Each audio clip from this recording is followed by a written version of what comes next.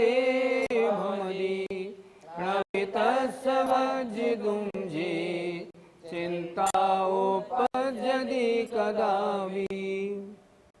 शब्दार्थ देखिए, जो न कुणदी, जो नहीं करता है, अवराहे अपराध, अपराध गलत कार्य, सो निसंको वह निसंकित होकर जनपदे जनपद में भमदी भ्रमण करता है।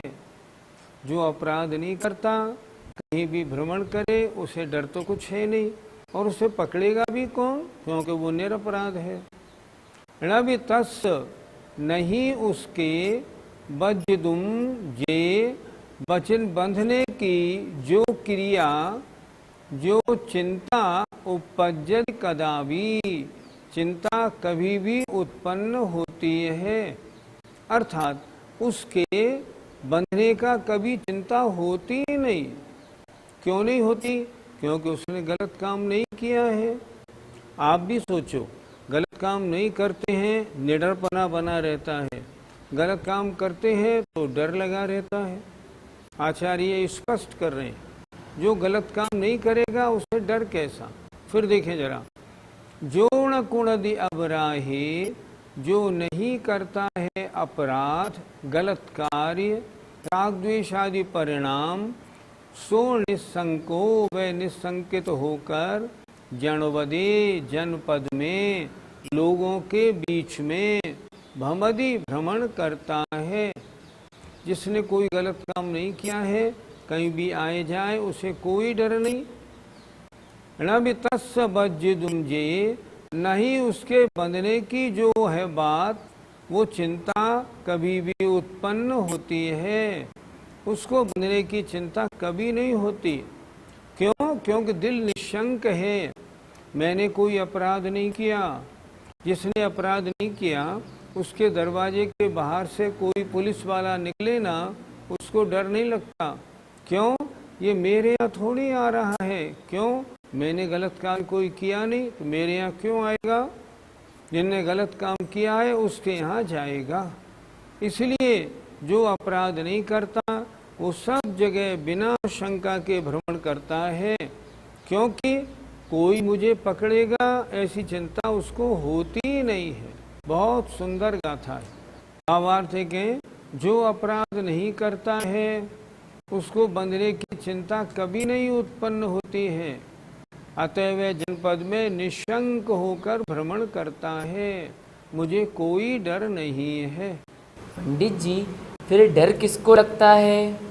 जो असंयमी है, जो व्रत रहित है, जिसने गलत कार्यों को छोड़ने का नियम नहीं लिया, वो तो डरता है। मैं सुबह से शाम तक कितने गलत काम करता हूँ, जब ये उदय में आएंगे तो मुझे कितना कष्ट प्राप्त होगा।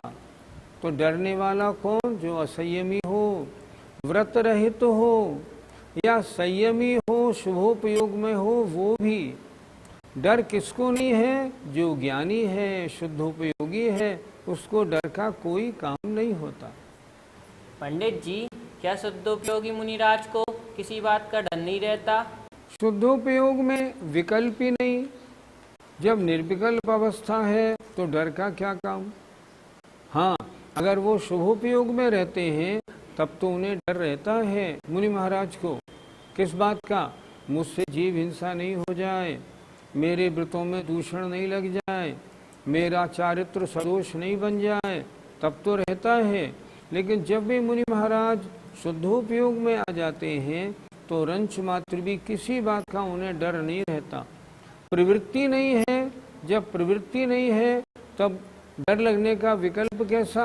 उनको कोई विकल्प नहीं होता। क्या तीर्थंकर भगवान मुनि अवस्था में अपराध नहीं करते? नहीं करते। देखो, दो चारित्र आचार्यों ने बताए, एक सामायिक चारित्र, एक छेदोपस्थापना चारित्र। ये दोनों मुनि महाराजों के होते हैं। सामायिक चारित्र में जीवन पर्यंत के लिए पांचों पापों का कृतकारित अनुमोदना से मन वचन काय से त्याग होता है। और सामायिक चारित्र में अगर कोई दोष लगता है किसी कारणवश, तब छेदोपस्थापना चारित्र मुनि महाराज धारण करते हैं। उसमें क्या करते हैं, मेरे जो दोष लगे हों ये दोष मिथ्या हों और अपने चारित्र के लगे दोषों को हटा करके चारित्र को पुनः पवित्र बना लेते हैं। लेकिन जहाँ तक तीर्थंकरों का सवाल है, तीर्थंकर भगवान के आचार्यों ने लिखा उनके छेदोपस्थापना चारित्री नहीं होता, उनके तो मात्र सामायिक चारित्र होता है। क्यों नहीं होता छेदोपस्थापना चारित्र? उनके सामायिक चारित्र में उन्होंने जो जीवन भर के लिए 5 पापों का कृतकार्यता अनुमोदना मन वचन काय से त्याग किया है, उसमें वो दोष नहीं लगाते। उनकी चर्या का क्या कहना, आप उनको नमस्कार करें, आपको देख के मुस्कुराते नहीं, आशीर्वाद भी नहीं देते, क्योंकि आशीर्वाद देना भी राग का काम है, उसमें भी दोष लगता है। तीर्थंकरों की चर्या तो बड़ी अजब है। लेकिन हाँ, एक बात जरूर है, जब प्रवृत्ति में होते हैं उस समय उनके कर्म बंध है, निवृत्ति में शुद्धोपयोग में है तब तो जो ज्ञानी की दशा है वो है। लेकिन जब प्रवृत्ति में है, शुभोपयोग में है, उस समय भी अपराध नहीं करते। उनके किंचित कषायवश परिणामों में थोड़ी कमी रहती है, लेकिन ऐसी नहीं जो उनको छेदोपस्थापना लेनी पड़े। पंडित जी, क्या प्रतिक्रमण करना जरूरी होता है? जिसके व्रत नहीं, ध्यान से सुनिएगा, जिसके व्रत नहीं उसको प्रतिक्रमण करने की जरूरत नहीं। जिसके व्रत हैं उसकी अगर गलतियां होती हैं उसको प्रतिक्रमण करना आवश्यक है। आपने जो व्रती नहीं लिया तब फिर प्रतिक्रमण कैसा? पंडित रतनचंद जी मुख्तियार ने एक प्रश्न के उत्तर में उनके व्यक्तित्व कृतित्व में स्पष्ट लिखा हुआ है, जो अव्रती हैं, जो प्रतिमाधारी हैं, उनको प्रतिक्रमण आवश्यक नहीं है। मैं उनकी अपेक्षा बोल रहा हूँ। तो वे क्या करें? वे आलोचना पाठ पढ़ें। भगवान सुबह से शाम तक की क्रियाओं में मैं पापों को करता हूँ, मैं पापी हूँ, बस वे आलोचना करें। प्रतिक्रमण उन्हें करना जरूरी है जो व्रती होते हैं। अब रही बात मुनि महाराजों की, अगर मुनि महाराजों को चारित्र में दोष लगता है कि नहीं? हमेशा दोष लगता है। थोड़ा बहुत दोष तो लगता है, चलने में, आने जाने में, हर कार्य करने में हम कितनी सावधानी रखें फिर भी दोष तो होता है। तो हर मुनि महाराज को सुबह दोपहर शाम 3 बार प्रतिक्रमण करना जरूरी होता है। जो रात भर में जो दोष लगे उनका सुबह, दोपहर तक लगे दोपहर को, और दोपहर से शाम तक लगे शाम को प्रतिक्रमण होते हैं। मुनियों के प्रतिक्रमण साप्ताहिक, पाक्षिक, मासिक और फिर ऋतु संबंधी, मतलब 2 महीने बाद, फिर चातुर्मासिक और फिर साल भर का एक सांवत्सरिक, इस तरह इतने प्रतिक्रमण करते हैं वे तो। हे भगवान, हमसे जो पाप लगे वे पाप हमारे मिथ्या हों। अब पाप तो होंगे, और जब पाप होते हैं और प्रतिक्रमण नहीं करेंगे तो पाप की गठरी बढ़ती जाएगी। उन्हें वो मंजूर नहीं और हमें भी मंजूर नहीं। इसलिए करना क्या चाहिए? जो मुनि महाराज हैं वो भी करते हैं, और जो व्रती हैं इसीलिए प्रतिक्रमण करते हैं, ताकि हमारी अच्छी प्रकार साधना करने में भी जो दोष लगे हों वो दोष मिथ्या हों। गाथा नंबर 325 का पद्यानुवाद देखें। चौर्यादि कार्य करता नहीं है कदापि, निर्भीक हो विचरता जग में अपापी, होता जिसे कि भय भी अधगैल से है, चिंता उसे न फिर बंधन जेल से है। आचार्य विद्यासागर जी महाराज ने कितने सुंदर पद्यानुवाद लिखे हैं, बहुत सरल, और जो गाथा है उसका सारा भाव उसमें दिया है। यहाँ उन्होंने स्पष्ट लिख दिया, जो अपराध नहीं करता, रंच मात्र भी डरता नहीं, वो तो अपने में लगा रहता है। आइए अब गाथा नंबर 326 देखते हैं। एवं ही सावरा हो, एवं ही सावरा बझामि अहं तु संकिदो छेदा।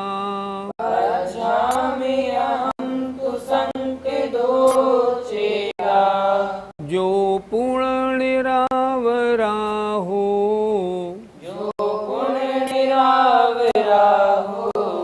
निसंको हम न बझामि।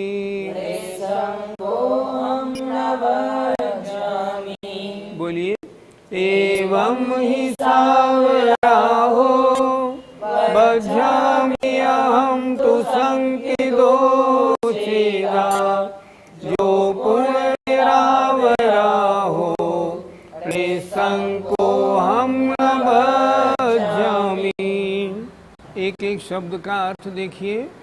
एवं ही, इस प्रकार, स अवराहो, सावराहो, जो अपराध सहित है, बझामि, बांधा जाऊंगा, अहम में, संकिदो, संकित होता है, छेदा माने जीव। अर्थात इस प्रकार जो जीव अपराध सहित है, मैं बांधा जाऊंगा ऐसा शंकित होता है।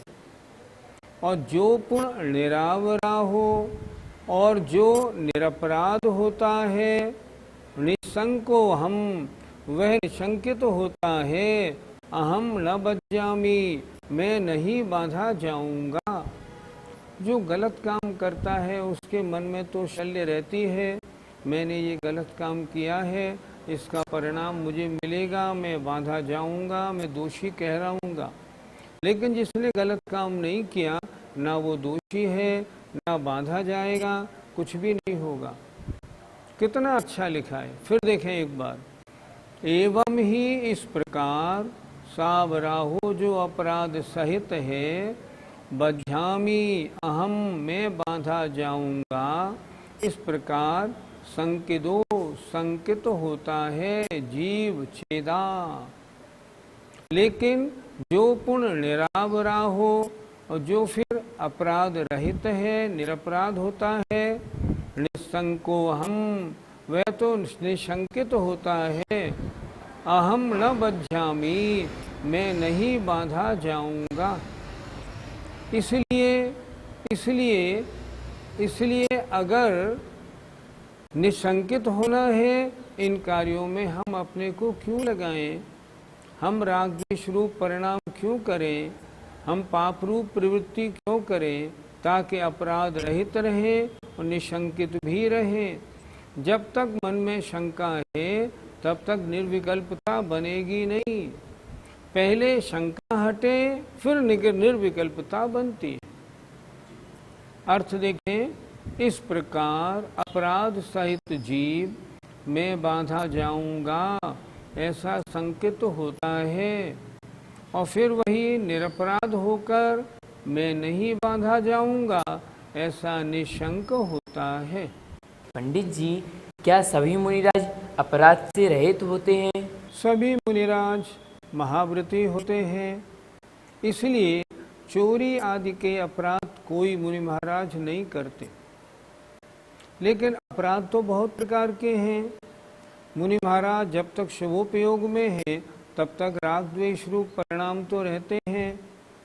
उनके संजुलन कषाय का उदय है तो उस समय राग द्वेष रूप हल्के परिणाम होना वो भी तो अपराध है। यहाँ जो निरपराध की बात कही है वो तो उस ज्ञानी को कही है जो शुद्धोपयोग में लीन कैसे हैं, निश्चय रत्नत्रय को धारण किए हुए मुनि महाराज हैं। यहाँ उनकी बात है। वो कैसे होते हैं? वो अपराध रहित होते हैं। वर्तमान के जो मुनि महाराज यदि कदा यदा कदा शुद्धोपयोग में आ जाए उस समय राग द्वेष रूप परिणाम भी नहीं है, निरपराधी हैं, कोई गलत काम इस समय नहीं हो रहा है। लेकिन अगर वो शुभोपयोग में है, परिणामों में राग द्वेष हल्का हल्का है तो अपराध हल्का सा है, तो उसी के कारण तो उनके आश्रम बंद है, नहीं तो क्यों होगा। पंडित जी, शुद्धोपयोगी और शुभोपयोगी मुनिराज में क्या अंतर होता है? जो मुनिराज किसी भी तरह के कार्य में लगे हैं, प्रवृत्ति सहित हैं, प्रवचन दे रहे हैं, तत्व चर्चा कर रहे हैं, शास्त्र लिख रहे हैं या आहार ग्रहण कर रहे हैं, वे शुभोपयोगी हैं।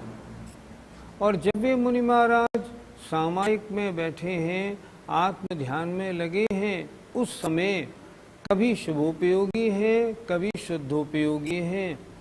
जब सविकल्प अवस्था है तो शुभोपयोगी, और जब निर्विकल्प अवस्था है तो शुद्धोपयोगी। छठे गुण स्थान में तो शुभोपयोगी ही है, पर सप्तम गुण स्थान में दोनों अवस्थाएं बनती हैं। मुनि महाराज के छठा सातवां गुण स्थान निरंतर आता जाता रहता है। ऐसा नहीं समझना कि सातवां गुण स्थान तो मात्र ध्यान में होता है, नहीं। मुनि महाराज प्रवृत्ति में रहते हैं तो भी छठा और सातवां गुण स्थान चलता रहता है। और सप्तम गुण स्थान में जब वे आत्म ध्यान में लीन होते हैं तब शुद्धोपयोगी, और जब आत्म ध्यान से बाहर रहते हैं तो शुभोपयोगी होते हैं। सप्तम गुण स्थान से ऊपर तो 12वें गुण स्थान तक के मुनि महाराज शुद्धोपयोगी ही होते हैं। पंडित जी, क्या आत्मानुभवी ग्रस्त भी अपराधी है? आपने प्रश्न में कई बात पूछ ली।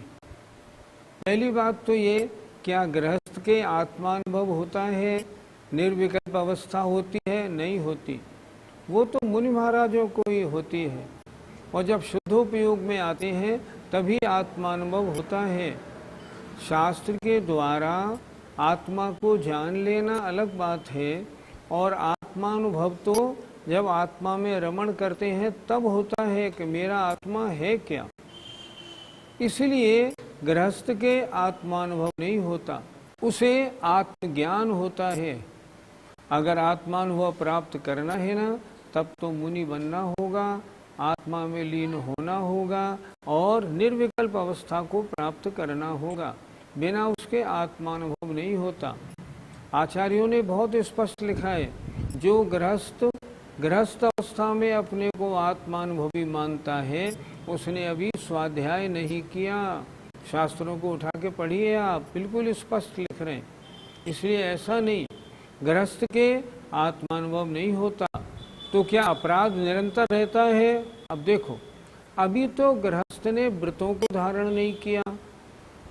अगर व्रतों को धारण नहीं किया तो अपराध निरंतर हो ही रहा है, पाप रूप प्रवृत्ति है।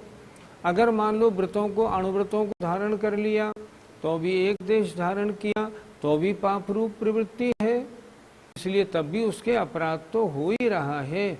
हाँ, मुनि महाराज जिन्होंने सामायिक चारित्र धारण कर लिया है वे एक तरह से निरपराधी हैं, क्योंकि उन्होंने पांचों पापों का त्याग कर दिया।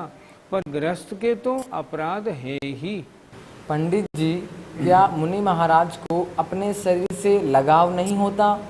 शरीर से लगाव है, इसीलिए तो आहार करने जाते हैं।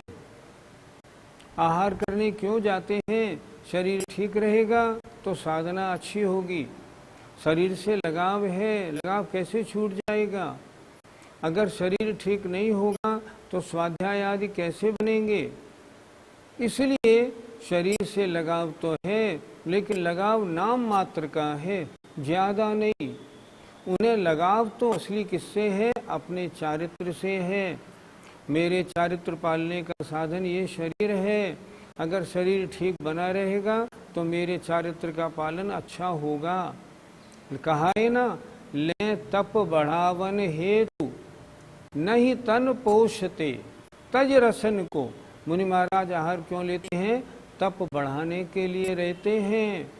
ले तप बढ़ावन हेतु नहीं तन पोषते, अपने शरीर को पुष्ट करने के लिए नहीं। इसीलिए तो वो रसों को छोड़ कर लेते हैं। इसलिए उनके किंचित लगाव है, लेकिन भेद विज्ञान पूरा है। मैं शरीर नहीं, शरीर मेरा नहीं, शरीर से भिन्न मैं तो आत्मस्वरूप ही हूँ। गाथा 326 का पद्यानुवाद देखें, बहुत सुंदर लिखा है। हमारे लिए उपदेश दिया है महाराज ने। त्यों संग संकलन लीन असंयमी है, ओ बंद भीत उसको कहते यमी है।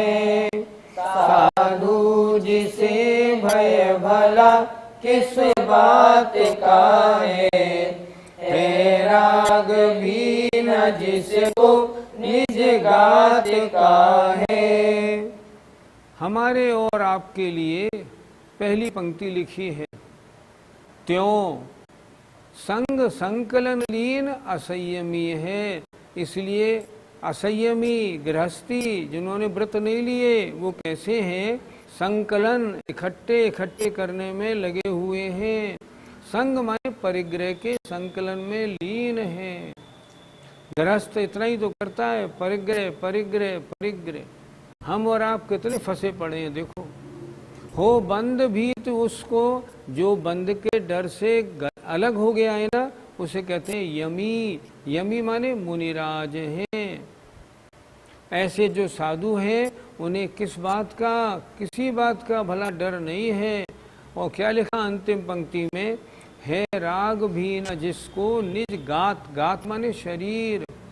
साधुओं को तो अपने शरीर का भी राग नहीं रहता। इसीलिए तो बड़े बड़े उपसर्ग होने पर भी मुनि महाराज अटल बने रहते हैं। जय जिनेन्द्र, जय जिनेन्द्र। इस कार्यक्रम के पुण्यार्जक हैं मानक चंद, कमला देवी, राकेश कुमार नीतू, ऋषभ, सौम्या एवं Ayushi Musharraf, B123 Sethi colony Jaipur, Premchand, Vijay Lakshmi Ajmera Jaipur, Ashok, Rajlakshmi Pandya Jaipur, Sunil, Renu Kasliwal New Delhi. Shri Parasnath re rolling mills limited, Durgapur 1, Vardhaman Paschim Bengal. Amita Jain, wife of Anil Kumar Jain, Sangeeta Jain, wife of Vipin Kumar Jain, Pushpa Jain, Rajesh Jain, Meenu Jain, Megha Jain एवं मनन जैन, 1339 कृष्णा गली, चांदनी चौक, दिल्ली। शशिबाला जैन, श्रेयांश कुमार जैन, अनुपमा जैन, शरश जैन, शची जैन, चेतन जैन एवं अस्मित जैन, 54B, नवीन नगर, सहारनपुर, उत्तर प्रदेश। श्री जनार्दन प्रसाद जी, श्रीमती पतंती देवी, मुकेश कुमार, साक्षी, ईशा, हितार्थ, मोना खंधार, किशोर भाई, सुषमा बेन, परिमल भाई, अहमदाबाद।